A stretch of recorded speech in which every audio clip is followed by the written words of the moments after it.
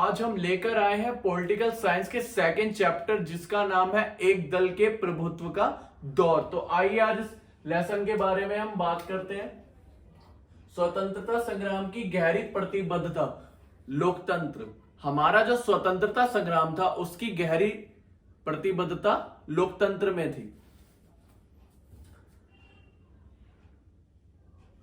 जो हमारा संविधान है वो 26 जनवरी 1949 को बनकर तैयार हो गया था।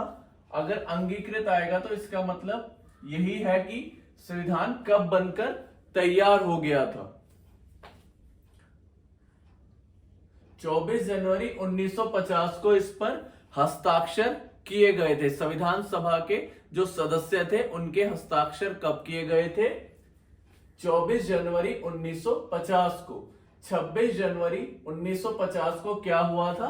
संविधान लागू हुआ था। संविधान होता क्या है? संविधान किसी देश की शासन व्यवस्था जिससे चलाई जाती है वह कानूनी दस्तावेज होता है। ईवीएम, ईवीएम जो है 2004 में पूरे देश में लागू हो गया था। आपको पता ही है कि आज के जो चुनाव होते हैं वो ईवीएम के द्वारा ही होते हैं, जिसको हम कहते हैं इलेक्ट्रॉनिक वोटिंग मशीन। चुनाव आयोग, अब ये चुनाव आयोग जो है 1950 में बनाया गया था और इसके पहले चुनाव आयुक्त थे सुकुमार सेन।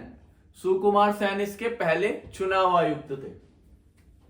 अब ये क्वेश्चन बहुत इंपॉर्टेंट है कि जो प्रथम आम चुनाव है वो सबको पता है कि कितने मुश्किल थे कराने, क्योंकि देश स्वतंत्र हुआ था और स्वतंत्रता के बाद भारत के सामने बहुत बड़ी बड़ी चुनौतियां थी, जैसे लोकतंत्र स्थापित करने की, राष्ट्रीय एकता स्थापित करने की और अखंडता की। लेकिन उसके बावजूद भी जब 1952-51 के दौरान जब प्रथम आम चुनाव कराए गए थे तो वो इतिहास का सबसे बड़ा जुआ कई विद्वानों के द्वारा उसे कहा गया था।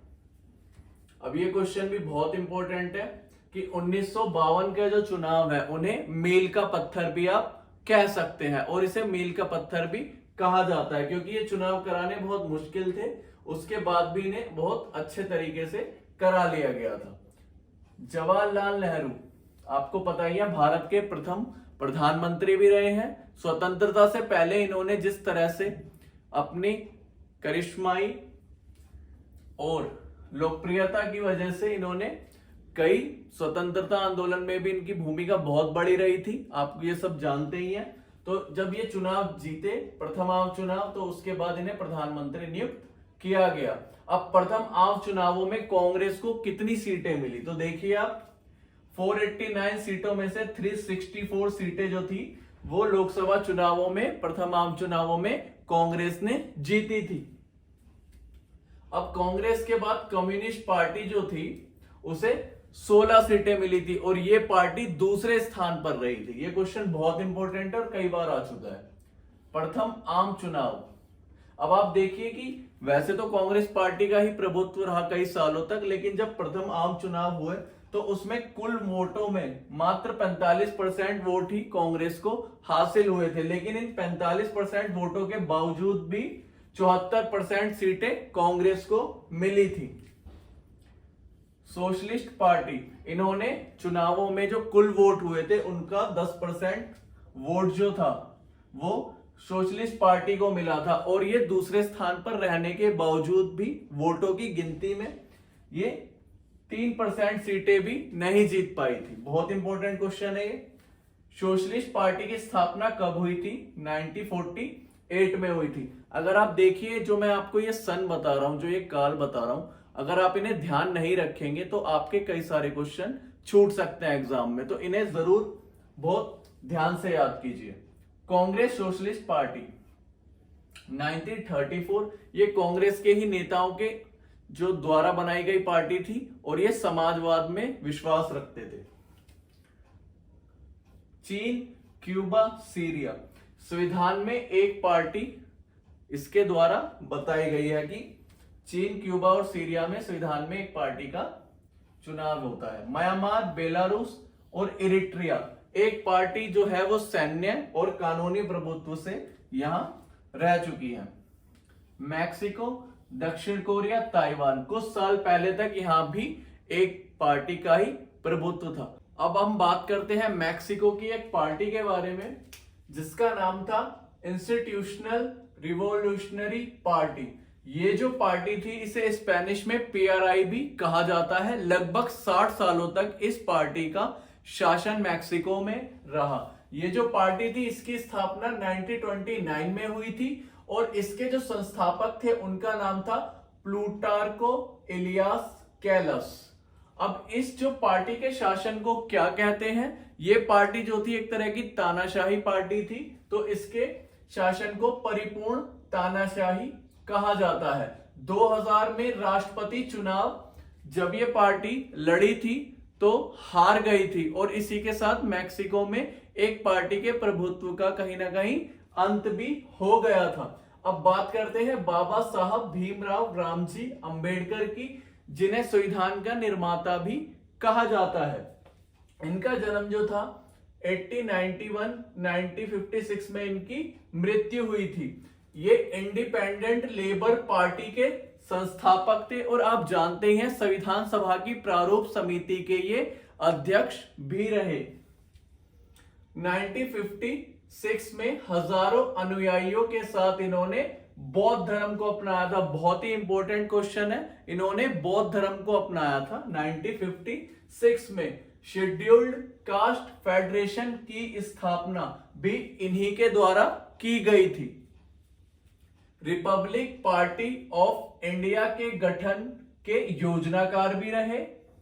और अब कांग्रेस की स्थापना ये कब हुई थी? 1885 में A.O. ह्यूम के द्वारा, एक ब्रिटिश थे, उनके द्वारा की गई थी। बोल्शेविक क्रांति ये एक रूस की क्रांति थी। पार्टी में फूट, अब भारतीय कम्युनिस्ट पार्टी जो थी उसमें 1964 में फूट पड़ी और इसके एक नेता थे A.K. गोपालन, जो कि एक प्रसिद्ध केरल के नेता थे। सोवियत संघ की विचारधाराओं को ना मानने वालों ने क्या किया, जो भारतीय कम्युनिस्ट पार्टी थी उसके अलग इन्होंने एक मार्क्सवादी पार्टी बना ली। इसका पूरा नाम रखा भारतीय कम्युनिस्ट पार्टी, मार्क्सवादी पार्टी, और इसके साथ ही इसको CPI-M दल भी कहा जाता है। ये इन्हीं के द्वारा बनाया गया था जो कि सोवियत संघ की विचारधारा में विश्वास नहीं रखते थे या राय नहीं रखते थे। भारतीय जनसंघ बहुत इंपॉर्टेंट है। 1951 में श्यामा प्रसाद मुखर्जी के द्वारा ये बनाया गया था और इसकी जड़ें जो है वो RSS और हिंदू महासभा में खोजी जा सकती हैं।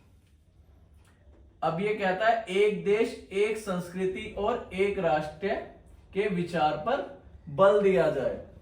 इन्होंने अखंड भारत की भी बात की। इन्होंने कहा कि भारत और पाकिस्तान को मिलाकर एक राष्ट्र बना देना चाहिए और इसी के साथ अंग्रेजी को हटाकर हिंदी को राजभाषा बनाने के पक्ष में भी थे। कौन?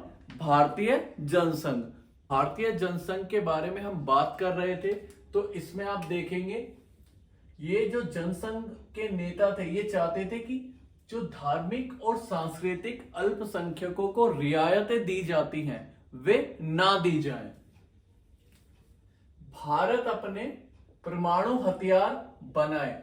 चीन ने जब 1964 में अपना परमाणु परीक्षण किया और परमाणु संपन्न राष्ट्र बना तो ये लोग भी चाहते थे, भारतीय जनसंघ से जुड़े, कि भारत जो है वो अपने परमाणु हथियार बनाए जैसे चीन ने बनाए हुए हैं। प्रथम आम चुनावों में इन्हें 3 सीटें मिली और दूसरे आम चुनावों में इन्हें सिर्फ 4 सीटें मिली।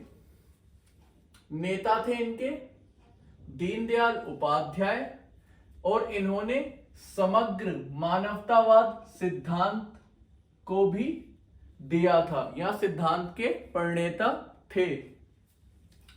इसके अलावा बलराज मधोक, श्यामा प्रसाद मुखर्जी जो कि जनसंघ के, भारतीय जनसंघ के क्या थे?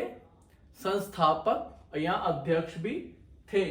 अब बात करते हैं भारतीय जनता पार्टी जो आजकल आप देखते हैं कि केंद्र सरकार में बनी हुई है, तो इसकी जो जड़ें थी वो इसी जनसंघ में थी।